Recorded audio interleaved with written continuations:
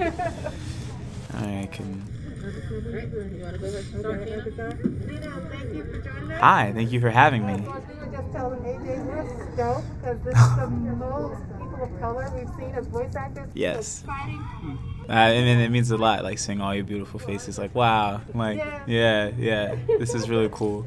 So, of course, you have been so busy with so many roles within thank you. voice acting. From Hacks with My Hero Academia. Yeah. You got Romero from Restaurants in the World. Yeah, Romero. Some people didn't know it was me at first. It was just cool. I always like it when people don't know it's me, because it's like it makes me feel like I'm doing my job right. Yeah. You know, like. You did a good job. Thank you. Like, who is that? I had a Yeah. look at it, and I was like, oh, you're gonna see him. Yeah, and Caitlin is the director of that show. Caitlin and I love Caitlin Glass. So we did Hoy Mia together, and I think the sub-director was Emmy Lowe, which is my first time working with Emmy as a director.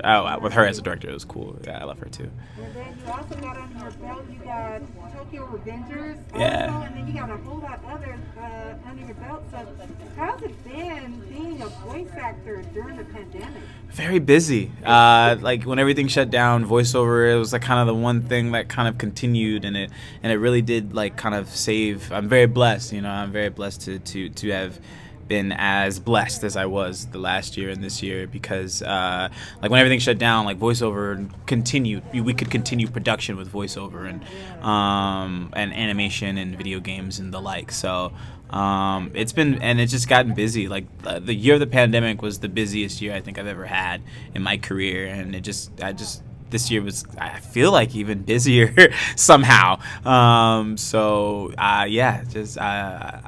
Very busy. I think that's the biggest thing I can describe. Working, but like a wealth of opportunities. You can, you know, with at-home recording, you can record for anyone from anywhere, but mostly from your house. As far as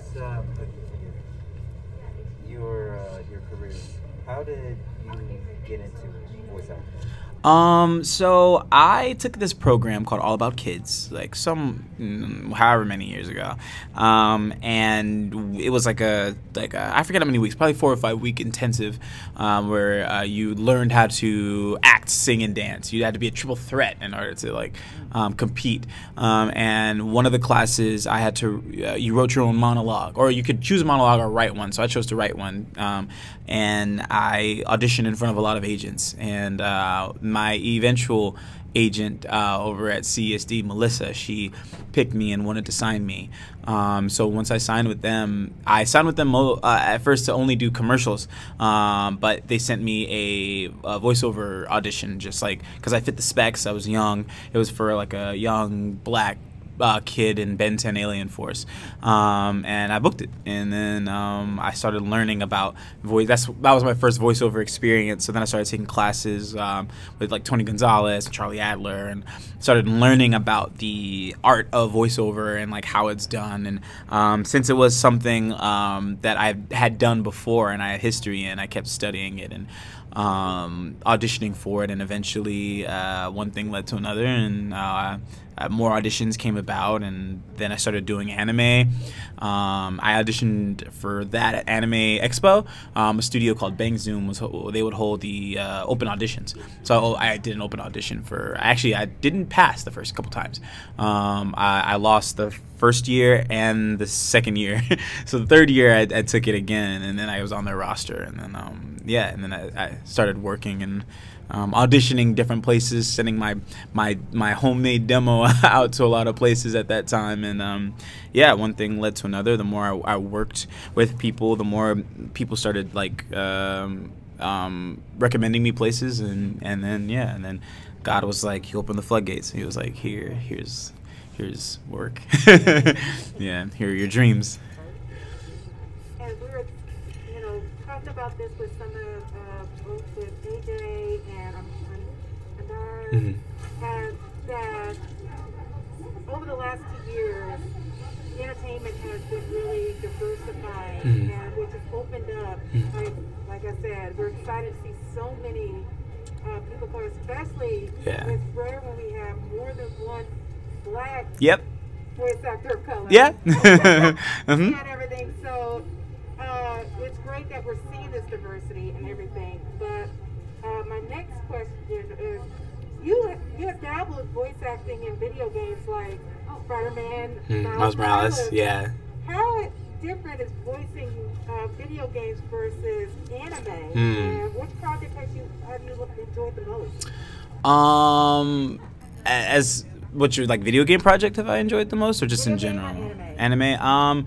Right now, I feel like the biggest difference between video games and anime is like anime, I think, is often stylized in a heightened realism, where you still have to be subtle, but not subtle enough where it feels like you're low energy. But I feel like a lot of video games tend to prefer like cinematic reads, which are very like naturalistic and grounded, which I try to do in like, I guess everything I do.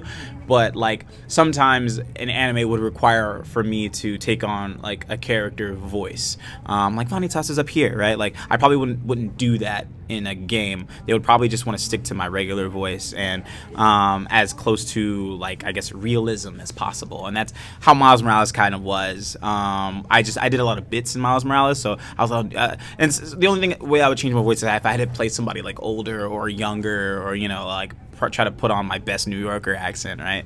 And I think so far my favorite project, I guess in recent memory, the case study of Vanitas has been like one of the most fun dubs I've worked on in a really long time. David Wald is just a great director. He's so actor friendly, and he really prioritizes his performance and creative choices, and just really having fun. And once he's having fun, you know, I'm having fun, and everybody's having fun, and it's like a lot of laughs, and on top of that, I get to explore a lot with the character of Vanitas, so that's been my favorite so far. Some of the most fun I've had dubbing an anime in a while. I gotta ask, because you voice Holley, and you're versatile with the different types of characters. But how do you feel about the quality of POC main characters, such as like Samurai, Afro Samurai, Yasuke, yeah, and Cannon Busters. So that's a good question. Actually, I've never been asked that, but it's a question I think is very important. Yes, like I would like for there to be different types of black main characters, protagonist characters. I find a lot of like black protagonist characters often are like kind of like in the vein of Yasuke or Afro Samurai, really, you know, rugged violence, you know, which I like, you know, I'm all for it. I love Afro Samurai. I love the scene in Yasuke and I love Yasuke as a character. He's like very calm, and he was like, I don't want to have to kill you, but if I do, you know, he was that dude. But like, I think it's expanding, but I do think there's so much room for so much more. You know, being black is not a monolith, and I think like me, Anaris, and AJ can attest to that. Not just in who we are, but like the roles that we play. And I think like that can be reflected in the kind of protagonists we see in our media. There's a show that I really love working on called Craig of the Creek, and I know it's very important. It's a very important show. Yeah, it's a show that I would have grown up loving or seeing myself in, and I think that's kind of more what we need to see. Like Craig is just like a regular kid. He's just a regular kid who likes to go outside and play. He carries a bag. It's kind of like a purse, you know, like, and a staff. You know what I'm saying? Like he's such a good kid, and he likes drawing. You know, it's just a good show. Like, and it doesn't center around him being black, even though being black is an important part of his story, because it is an important part of all of our stories. But it's not a central part of all of our stories, even though it is a central part of our experience.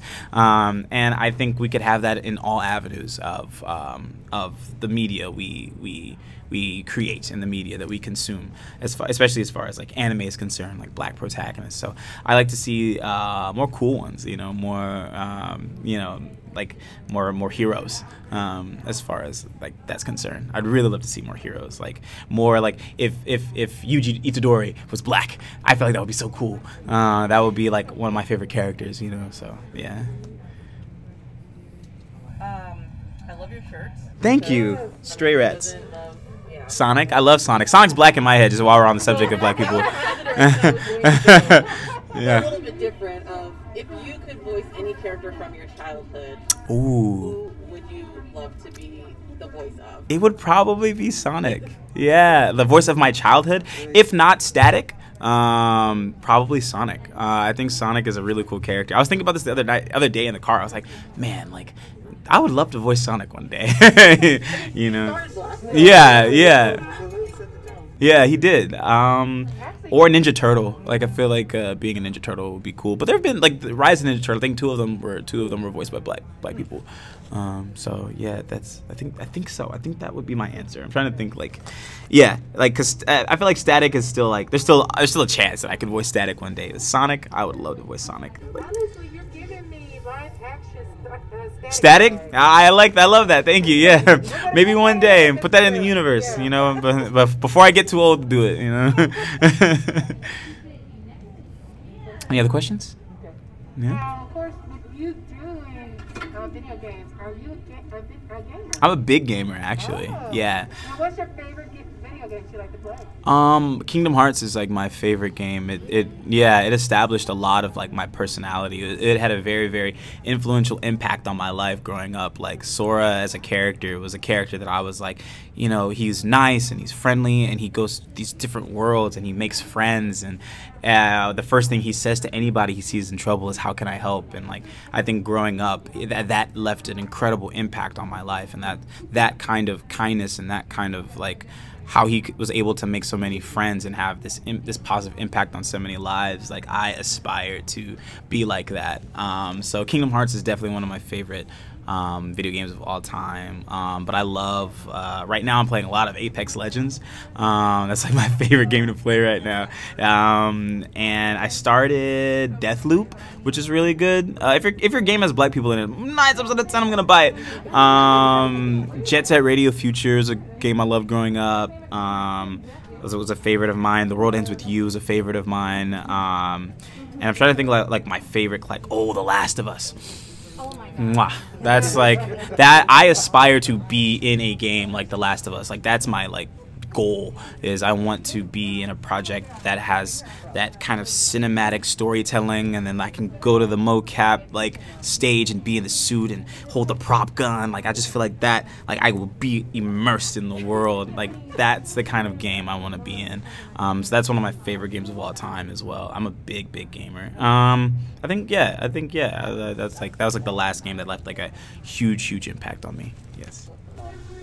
How important is it to have authentic diversity? And I mean, as in, like, yeah, you're diverse and you have a place, and we'll make sure not just you're diverse, we'll have you over there, and then afterward, you just did it for the moment. Repeat that for me. Authentic diversity, that they're just not placing you for just the moment. Yes. Like, how making the change. Yeah. So is the question, like, how do we encourage, like how do we encourage, and what do we warn ourselves against? Like, how do we stop ourselves from falling into the... Okay, I think I'm getting it. Yeah, falling into, I'm not going to be your flavor of the month because you're trying to hit your diversity quota. Yeah. I think a lot of it is about, for me, is about demanding, like, what you want creatively, right? Like, often I will try to put myself in positions where I can audition for, or I'll have opportunities to be something that interests me. Like, for example, if I wanted to play, like for example, if there's a new anime coming out that I've been a fan of, that I've been following the manga for, and I know the anime is coming out, I know what studio it's going to, I'll more than likely ask to audition. I'll more than likely be like, oh, I'd love to audition for this anime, if that's okay, and see if, like, and, you know, pitch myself to the studio and be like, I'm a talented actor, here's my resume, like, here's what I can do, I'd love to be a part of this project.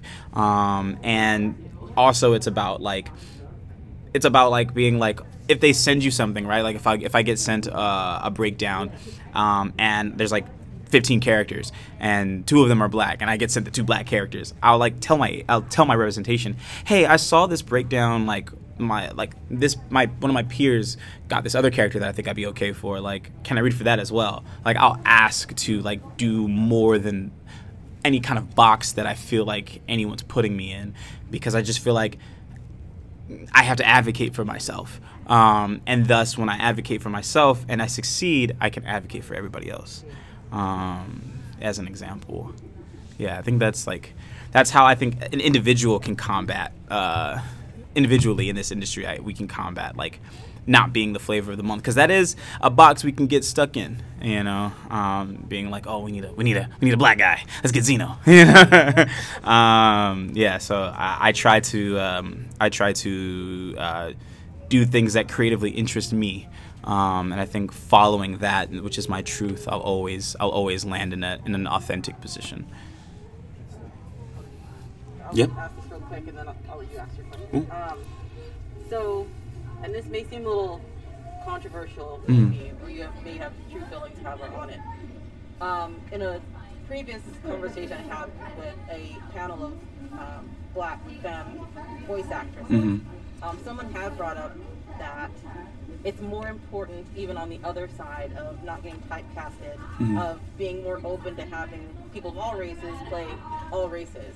So in the scenario of, let's say you have a list and someone non-black plays a black character, how do you feel about that? I think it depends. I think a lot of what black people want are opportunities. The reason why I think black people are all often like, this character is black, how come they're not playing by a black actor? That actor probably isn't hurting for work, right? If, like I said, like my previous example, if I get sent a breakdown with 15 characters and 2 of them are black, I have a 2 to 15 chance of booking that role. Meanwhile, my peer, who may also book the black character, is going to audition for all 15. So it's about opportunity. If I feel like I audition for everyone and the other and my peer audition for everyone, then I can't be mad. We both have the same amount of opportunities and the same equal chance of getting that job. But since things aren't that way, then that's why we're like, well, this person should have been black then, you know.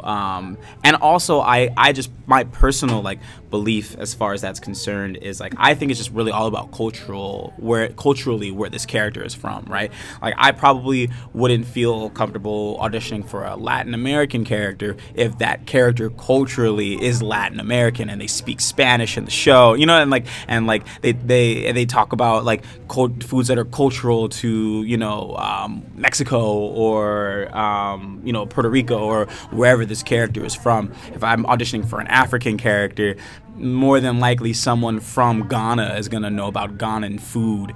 I won't.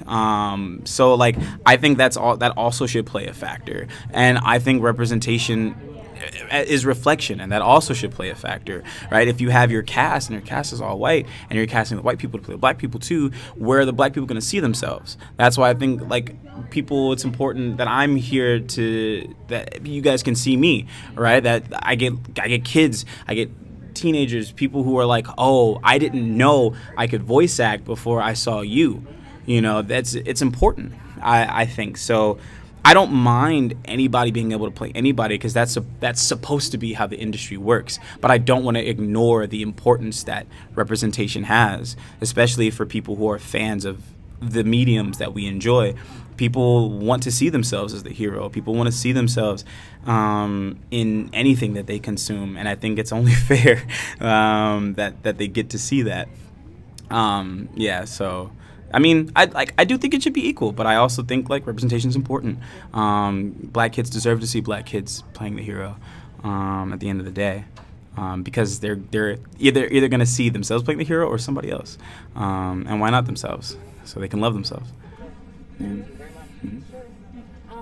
So you had mentioned that you're a big gamer. I imagine that you've been on Twitch before, correct? Once or twice. Yeah, I don't have a personal challenge, but I would love to. I'm always like, oh, I should start Twitch. Like, I want to make a Twitch. Like, I want to stream, but I don't know if I can commit to that time wise. So that's one of the only reasons why I haven't yet. Okay, I can understand that. So like, in the couple times you've been on there, there's been this thing within the black community and Twitch streamers where we don't see enough representation until things are called out. Because there's been a lot of hate raids and things like that. I've heard of those, yeah. And Twitch hasn't really been doing anything about that unless it's catering to other big name streamers that are black. That's unfortunate. And now they have, you know, tags that are, you know, for black and African American, but there still isn't a rotation of seeing them on a carousel when you first open Twitch. Is it not? Yeah. What would you say to that platform as a gamer? I'd say that you're alienating your audience. You're alienating your supporters, and the power of black people. we carry the culture, you know, in my personal opinion. Even your popular non-black streamers are probably using slang that was originated from black people. So like, it's unfortunate like that you would kind of alienate a section of your community in that way, and not do enough for your community in that way. And like, I feel like black people are always going to find their own avenue, and they're always going to, you know, do their own thing. And everything that like I feel like Twitch has, there's probably black influence somewhere there. Because I feel we influence every part of culture, whether that be TikTok, Instagram, anything. You know, like everybody was saying on fleek, that's black people. You know, like TikTok trends often are originated, the renegade dance, they're often originated, the things that go viral online, including, you know, how gamers speak, probably is often originated from black people.